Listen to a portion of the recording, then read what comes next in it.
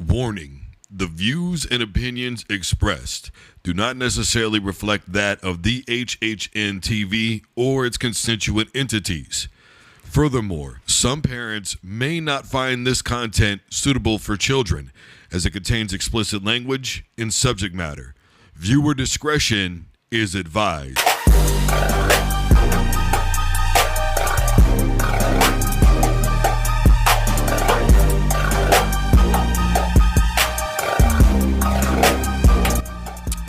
Hello, everybody. I'm Drew Duncan. The show's fired up, and we are live. Facebook, Twitter, and Instagram is all at Drew Duncan Radio. I am wherever you are listening to podcasts. Take a device to play Fired Up by Drew Duncan, iTunes, iHeart, wherever you're listening, I am there. Matter of fact, you could really make it easy on yourself and just Google Fired Up by Drew Duncan, my man. I'm going to pop right up. Plenty to get to today. We're going to be talking about Bo Nix officially.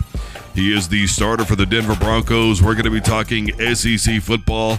They unveil the tiebreaker rules. We're going to be getting into Dana, what he had to say about Morab. He called him stupid, as a matter of fact. Mike Tannenbaum suggests that the Steelers trade Russ and sign Ryan Tannehill. We're going to be getting into that. Angel Reese, her new deal with Reese's. We're going to be talking about Noah Lyles. He wants a fee to race Tyreek. And Daryl Doucette of USA Flag Football, man alive. Talking about Patrick Mahomes, bro. Speaking of which, look, I guess I'll go ahead and just hit on this real quick here. So there's been a quote out there floating around from Daryl Doucette where he has been talking about the IQ level and how he's got a higher IQ than Patrick Mahomes. Now, obviously, that's an easy grab. For me, I decided, you know what, I'm going to go ahead and go listen to this interview. So I watched the damn thing on TMZ. It's about 7.5 minutes long. And he was saying that, look, I've got a higher IQ than Patrick Mahomes when it comes to flag football. And then he started talking about the intricacies, of course. Started talking about, there's no bump and run. There's no stopping routes. You can't even hardly breathe on receivers in flag football. Flag pulling is a thing. The rules are different, et cetera, et cetera. Then he went on to talk about how he wants anybody that wants to do flag football go through the same process of trying out that everybody else would have to do. And it would be unfair for guys who are in the NFL to be able to just come in and go, I think I want to play flag football, bro. You guys mind if I step in? Look, I could understand where he's coming from. It's hard not to laugh because I just want whatever the hell this man is smoking on. It's fair because I realize what he's saying, right? We're the ones who help establish this. We're the ones who run the come up. I've played with guys in the NFL. I'm not saying I'm NFL caliber. I'm just saying when it comes to flag football, this is my domain and I want to protect it. That's basically what I heard. And to that level, I get it. But on no planet, and I mean this, none that exists. I don't care if we're in the ionosphere. I don't care if you believe in the multiverse theory. I don't give a damn if you think the earth is flat or not. There is no place where anybody should say the words out loud that plays flag football. Hey, man, my IQ for football is higher than Patrick Mahomes. By the way, did you see where Mahomes did the 50 thing? What did he say me for?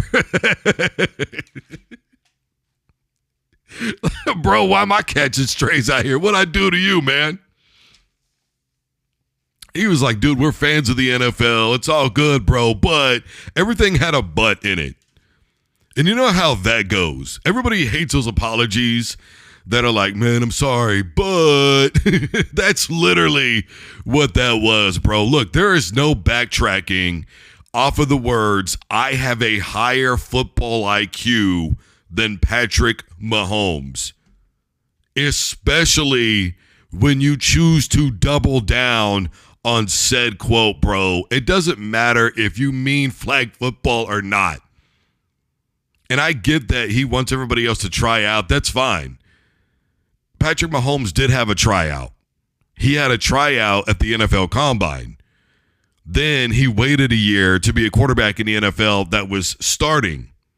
Then He went to how many Super Bowls? He's already won how many of them? He's got MVPs. I mean, come on.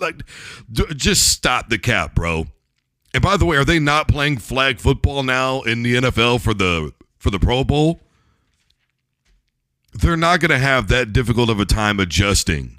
What is happening here? And this is a very clear case of, damn, I worked for all of this, and now it could potentially just be given to somebody else because of their name. Which, by the way, he brought up. Just because of their name. It's got nothing to do with their name, bro. Patrick Mahomes has earned his name. Do you understand that? I get where he's coming from. I really do. And I'm trying to be nice. But there comes a place where we can't just shake everybody's hand and go, I get it, amigo. It's okay. No, bro. If you could be in the NFL, believe me when I tell you, you would be. Do not pretend that you do not want to be in the NFL. If you could be in the NFL being a quarterback that is on Mahomes' level, you absolutely would be, but you're not. I'm not trying to disparage flag football. You understand? I'm not trying to say that you're not an athlete. I'm not trying to say that you're not a better athlete than a lot of other guys who play football, you know, in their hometown or whatever, for the Saturday meet or the Friday meet or the Sunday meet or whatever the case may be, when you're out there goofing around and just having fun and all that. I'm not saying that, man. What I am saying is you can't say that you've got a higher football IQ than Patrick Mahomes and then everybody just go, oh, well, yeah, sure, I could see that. No, that's not happening in the history of everdom. Just so we're clear, we will make that call on the 5th of February, amigo. That ain't happening. Out of here. I got a higher football IQ than Patrick Mahomes. Maybe, even if you do, you clearly still don't possess the skill sets. Come on, man. Stop. Just stop. The buck stops here. It ends right here.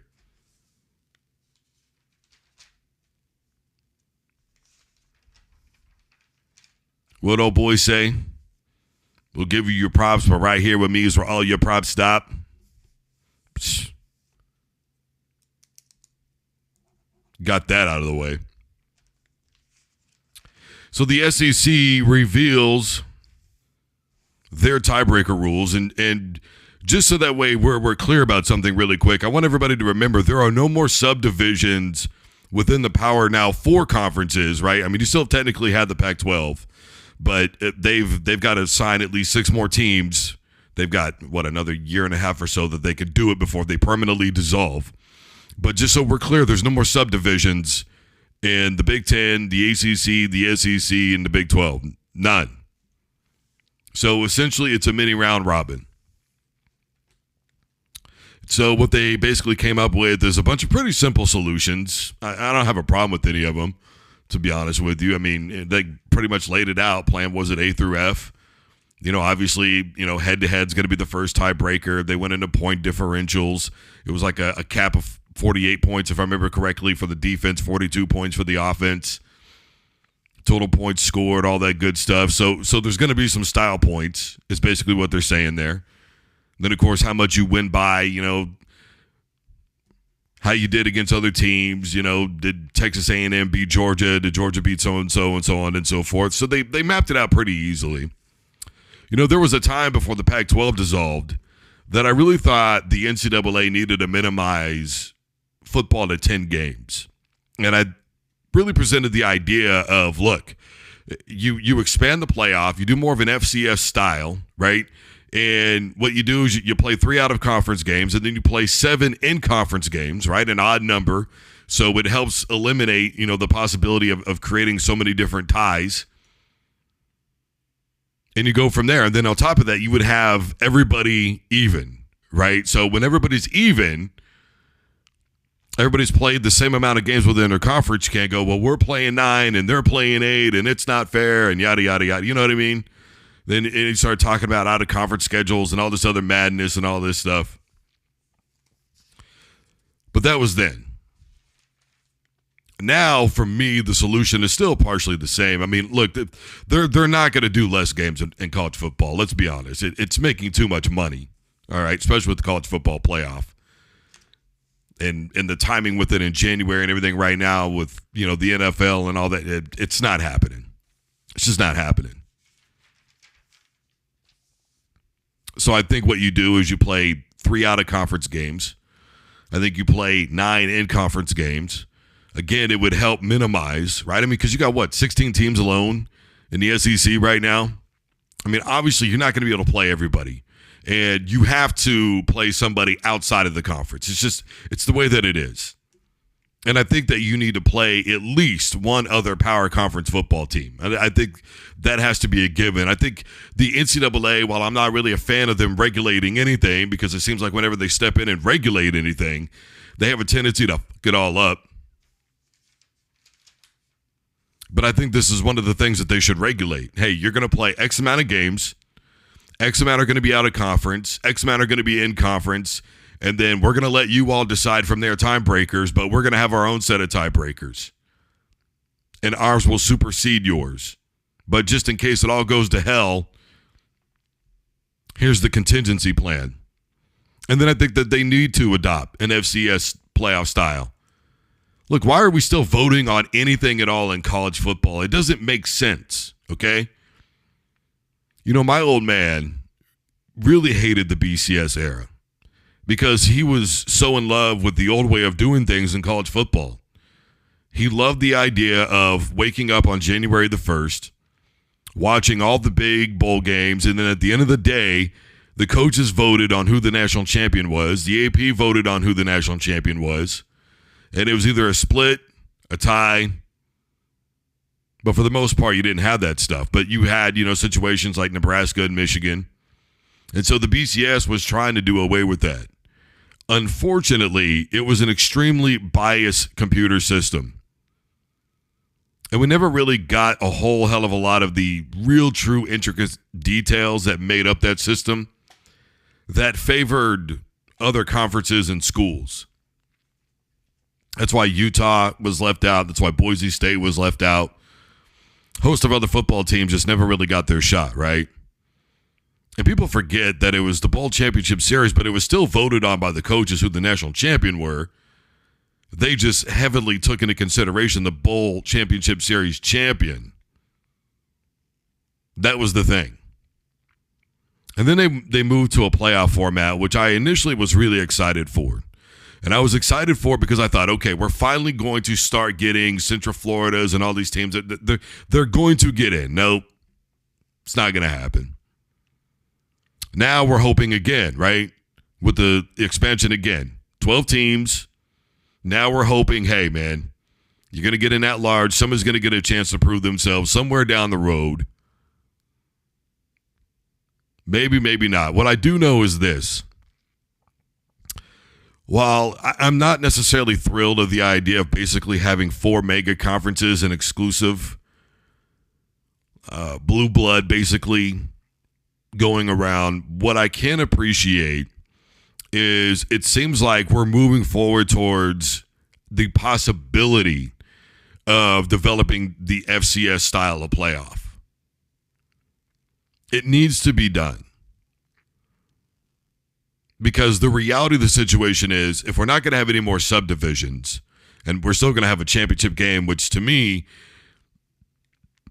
I don't really think you need a conference championship game anymore. I think that's kind of a pointless thing, especially since the committee isn't going to take that in consideration anymore, but is. The whole wording on that thing is so open to misguided interpretation, it's not even funny. But I do like the idea of no more subdivisions because I think it's a really outdated way of doing things. And I think that as we continue to evolve and realize what is the true way of doing things, I think eventually one day the NCAA is going to wake up and go, the best possible solution is to adopt this style of playoff. Why should it be done? Because there's over 130 teams right now in Division I college football. And you're not going to tell me that only the teams in the Big Ten, the SEC, the Big 12, and the ACC are good enough to compete. And to be honest with you, I don't think that we're too far off from a time when we really only have two mega conferences. Everybody else gets dissolved.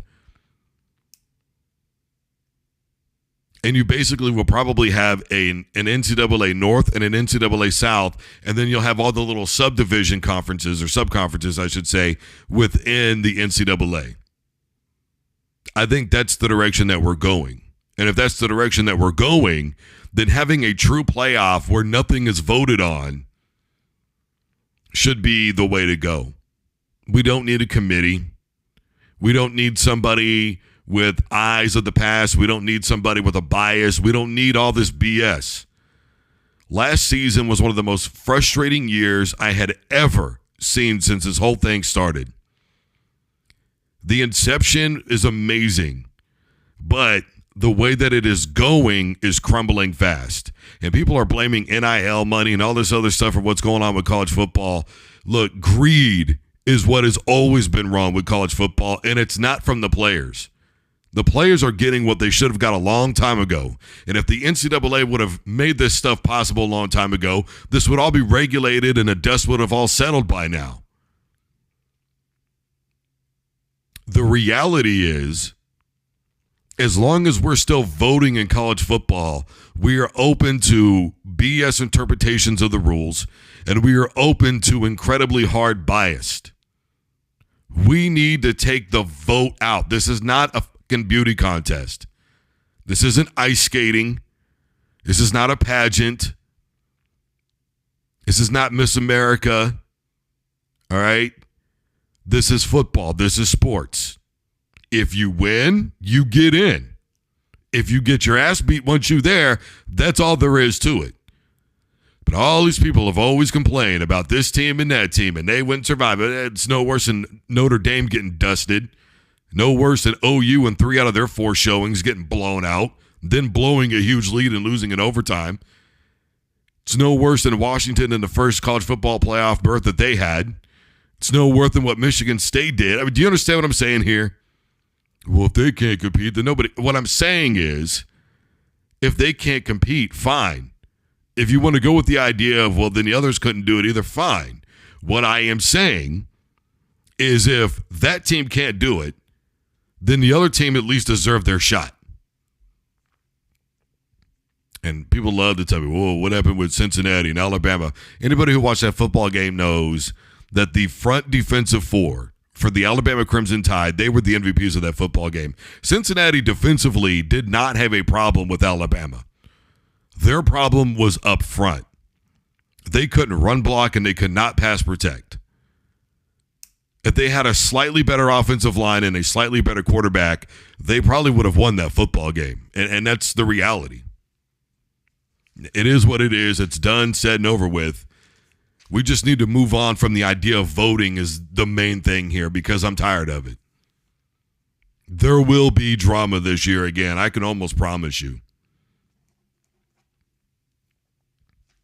So Bo Nix is starting for the Denver Broncos. He is the first rookie quarterback to start day one for the Denver Broncos since John Elway did it in 1983. Look, I'm going to say this as nicely as I possibly can. Please do not start comparing this man to John Elway. Can we not? I don't want to hear it. I do not give a damn what you think his intangibles are, what you think his arm, none of this. I don't want to hear any of it. If Bo Nix's career turns out to be great, fine. I was wrong. But in the meantime, I don't see it. I don't want to hear the comparisons. I don't want to wake up in the morning and see Instagram people going, well, you know, here's the thing. No.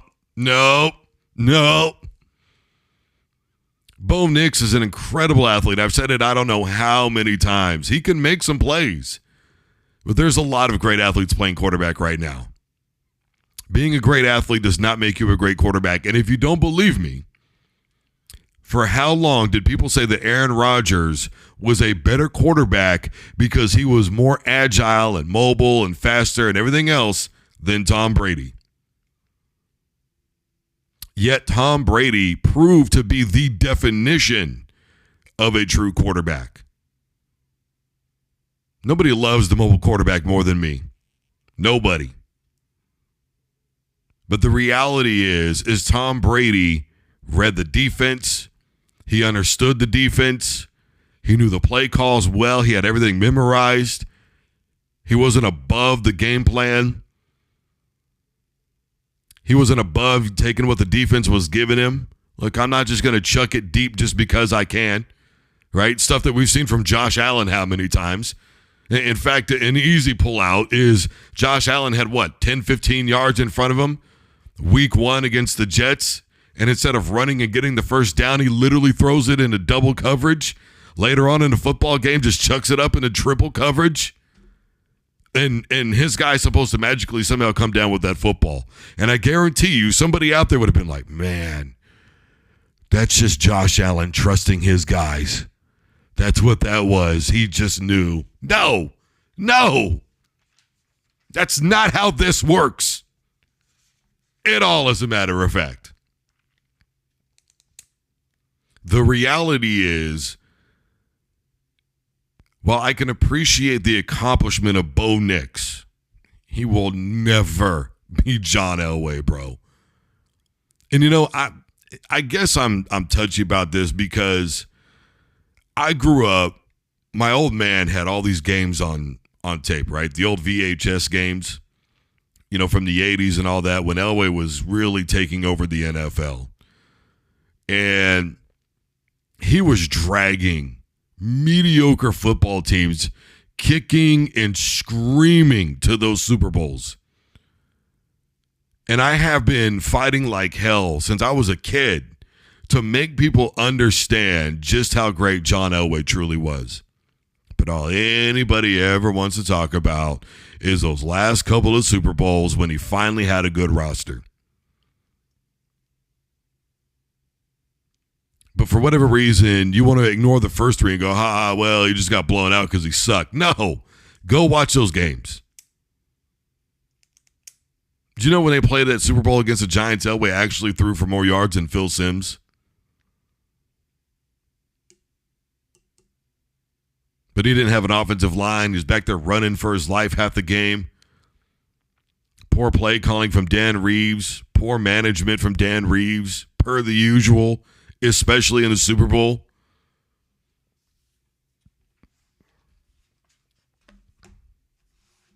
He'd come out making all these great play calls and then just, okay, we're up now. We're going to play safe. No, throttle, man. Keep your foot on their neck. God rest Dan Reeves. Should he be in the Hall of Fame? Probably. But 0-4 in Super Bowls, I guess getting there. He shouldn't have even coached the last Super Bowl. He hadn't been coaching for how long in that season because the poor guy was battling with cancer. And I understand the team is there. Now you want to do it, and there's some animosity. He said John Elway would never win the big one. Now he's got to do everything he can to make sure. I know what was going on. But the fact of the matter is Elway got over on him. And by the way, for anybody wondering, when John Elway finally did get a stacked roster, 13-3, 12-4 Super Bowl, 14-2 Super Bowl MVP. 3 years in a row. Nothing but winning football.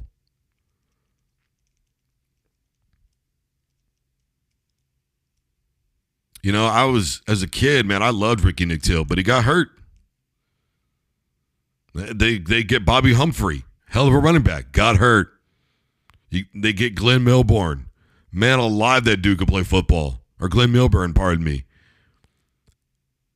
Hell of a football player. Got hurt.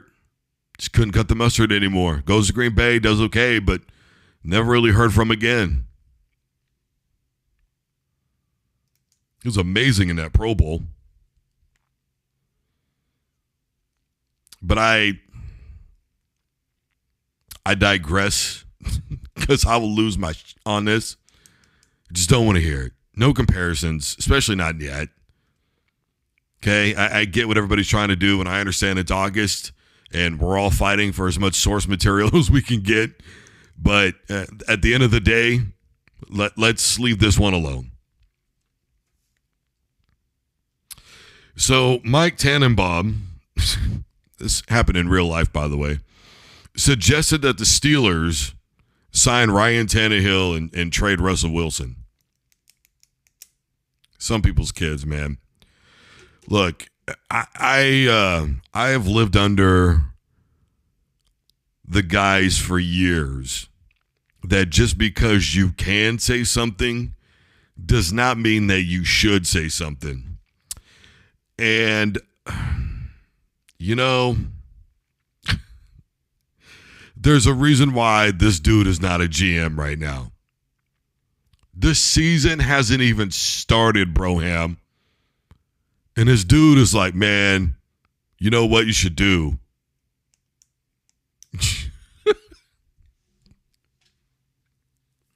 He really woke up and thought that was a good idea to say that out loud in public. I don't know if he bothered to run this by anybody or not. And if he did, I can promise you, whoever he ran this by was like, yeah, sure, that'll work. And Tannenbaum took him seriously. He was like, yeah, really, it will, right? Yeah, that's a good point, isn't it? By the way, he drafted Mark Sanchez. Look, I say that as a joke, okay? But here's the thing. When it all boils down to it, we don't know what Russell's going to look like in Pittsburgh right now. We really don't. And anybody with a half a brain watching goes, the offensive line, they're awful. Man, they didn't block for Fields. They didn't block for Russell Wilson. And reportedly, the 49ers are trying to get a deal done with Brandon Ayuk. Well, if that's the case, he must have looked at that Steelers offensive line and went, there's no chance in hell. Look, what we are witnessing right now in football is because of the lack of defense that you are allowed to play as a cornerback. What we are seeing is the importance and emphasis on your front four. And so the front four, they are becoming even bigger because Nick Saban figured out, and he kind of basically used a Pete Carroll tactic with the bull rushing, right? And so what Saban started doing in college was getting all four guys who are basically the same player. There's really no difference a lot of times with those Alabama football teams from a defensive tackle to a defensive end and linebackers and where they're positioning and all that. And so everybody just push. We're just going to bull rush 100% of the time. And they're all big and they're all athletic and they're all strong. And so what they're doing is they're taking the front four and they're going, we just want to create chaos in the backfield. Because then that takes a lot of pressure off of your defensive backs. Because they're not allowed to do all, some of the press coverages and things like that they were allowed to do before. And, the rule changes in the NFL and how, you could get a really cheap penalty very quickly. Officials can miss things. It is what it is. It generally favors the offense. So what they did was they said, fine, we'll make our front four even better. And we're going to get to the quarterback before he can get rid of the football.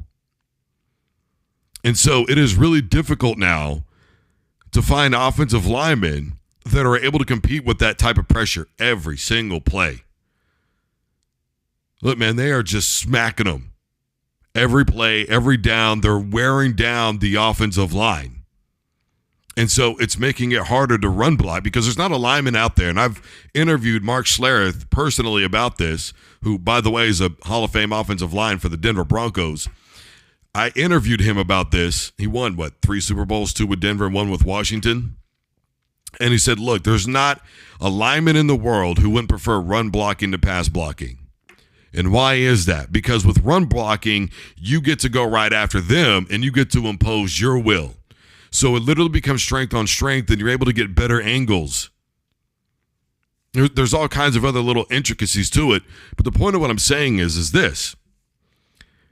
If you develop a good run game, then you're doing the opposite to the defense. And now you're dictating and you're wearing down their front line. But nowadays, with all the rotations and all that stuff they're trying to incorporate, right? So that's why the hurry up becomes such a big deal.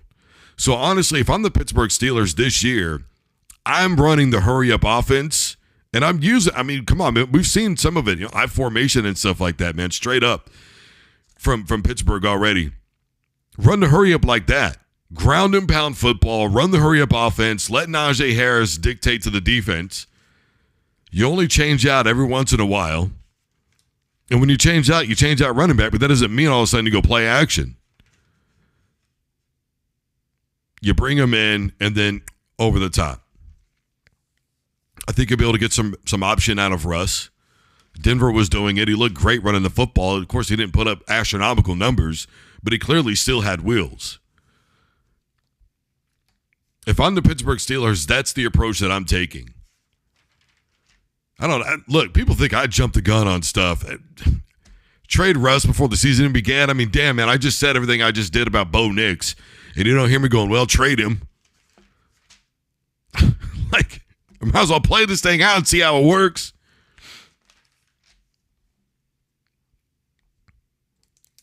It's really, I mean, if you really look across the NFL, you will see defensive lines are the creme de la creme right now.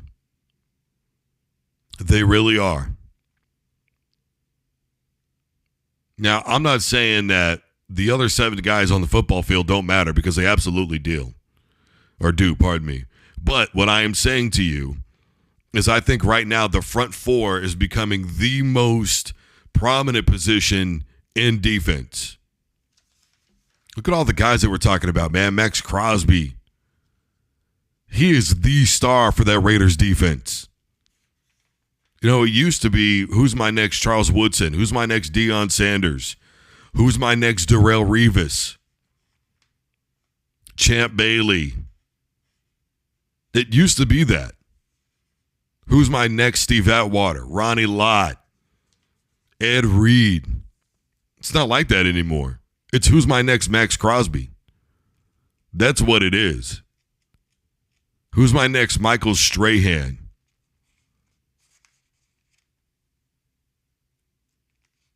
And I want all these guys. Watt. I want all of them. I want all of them on the front line at the same time. You are going to see defensive line players getting a lot of money. Look at what Aaron was getting in L.A.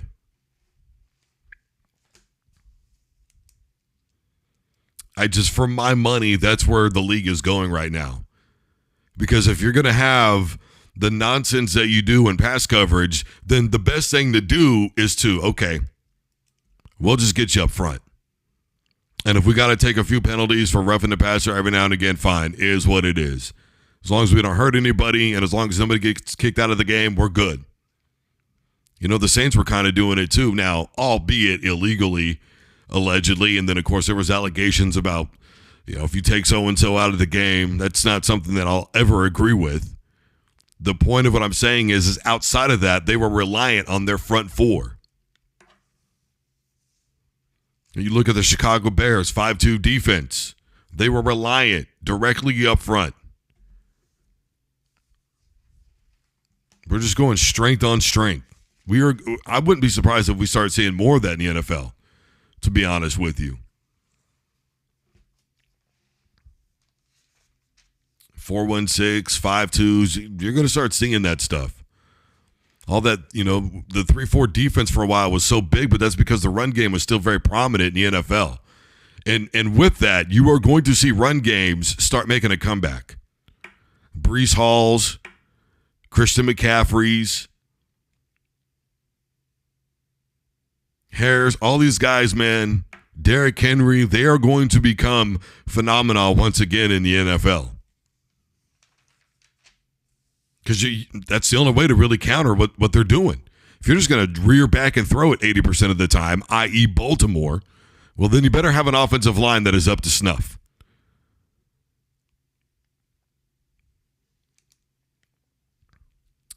So Dana White called Mirab stupid. And the reason why he did this was, and by the way, it had nothing to do with him going after a fan, just so we're all clear about that, which is a completely separate thing. But he called him stupid for getting a cut and then posting said cut on the internet. And he's mad because it's like, bro, you got this fight coming up with Sean O'Malley. What is that thing, September the 14th? And he's like, why would you do that? That's just so dumb. And he's like, boxing, they don't let that kind of stuff out. They don't do that. I mean, which, to be fair, I mean, didn't we, Mike Tyson ulcer? I mean, and they had to cancel the fight. Now, I guess if we want to be fair to that, you have to say why. I mean, you can't just cancel a fight like that and then expect everybody to be like, oh, well, it's fine. No. You have to say why, but I think what Dana's point probably is here is, look, now you're losing interest in a fight that I'm working my ass off to promote. Now you're creating excuses on why maybe that fight won't be so good or why people won't want to watch it or why you might lose. All this, like, you're doing all this. Meanwhile, I'm doing everything I can to promote the fight. Why can't we just keep this away from everybody? We'll figure it out, and we'll decide if we have to reschedule or not. Now, Dana White tried to say the cut's not that bad. It is there, though. And what starts out as not that bad ends up being that bad. Don't believe me, ask George Foreman. Because that's exactly what happened with him and Muhammad Ali. George Foreman got a cut while he was sparring. It allowed Ali more time. He started taking the fight seriously. And then, of course, target practice. Right? So now he knows. Now O'Malley knows. And, there's always the slight possibility that this is all just a head game. Oh, look, I got this cut. Nah. And a big part of it is, too, is you got to think, because now this is going to have to go to the doctors, right? So now all this stuff has been going on, and you've got Dana White going, dude, can we just, everybody stop for a sec here? And he's already, Merab is what? Went after that fan. Still don't know what the hell he said. Grabbed him by the hair, and then security got a hold of him. At first, that's what I thought he was talking about. I was like, damn. All right. I mean, Dana's not happy with that. And then I was like, wait a minute. He's talking about the cut? That's what Dana's mad at. Oh, okay. I mean, it is what it is, Broham.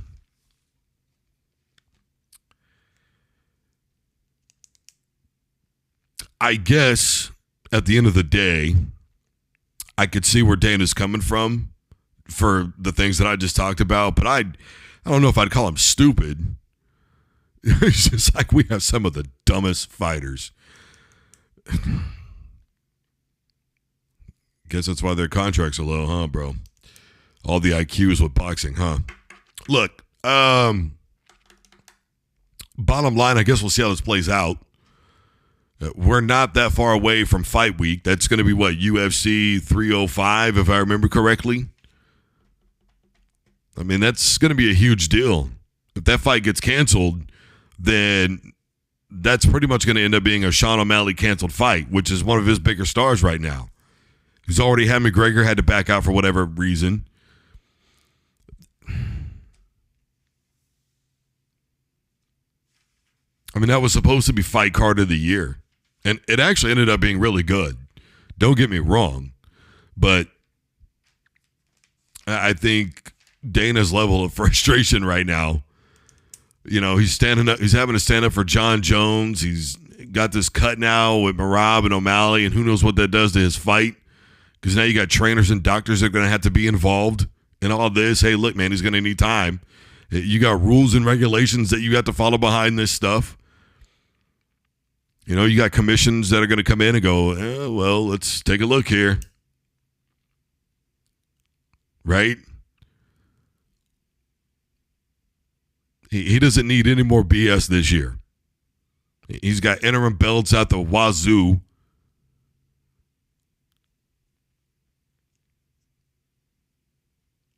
I just think that he's frustrated because he doesn't want his fight ruined.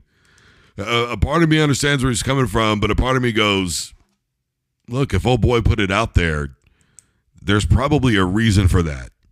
And that reason could be that he knows that Dana would have been like, bro, don't. It's cool. It's fine. Well, it's not fine. This is my life. And if I can't go, then I can't go. And I want to be able to give my best in a championship opportunity. That's also fair. Well, Angel Reese haters aren't going to like this.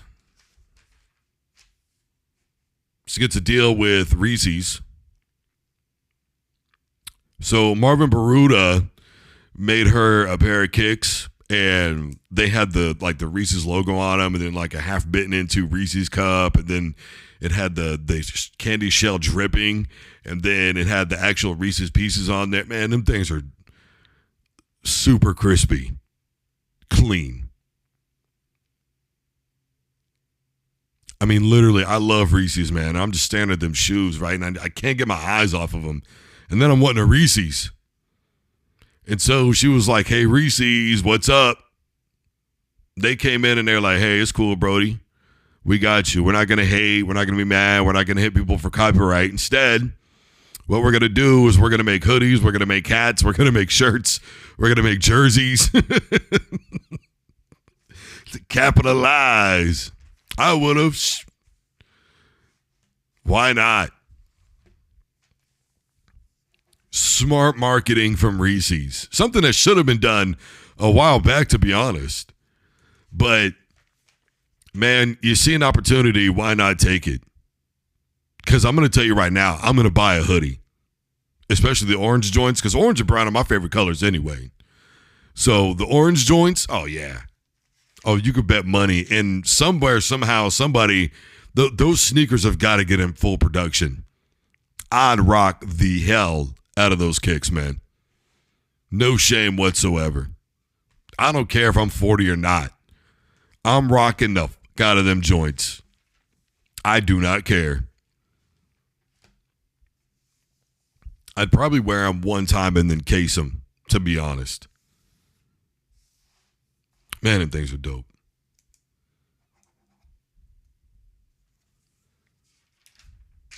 Finally, Noah Lyles. He wants a fee. He wants a fee to race Tyreek Hill now. Look, can we just end this?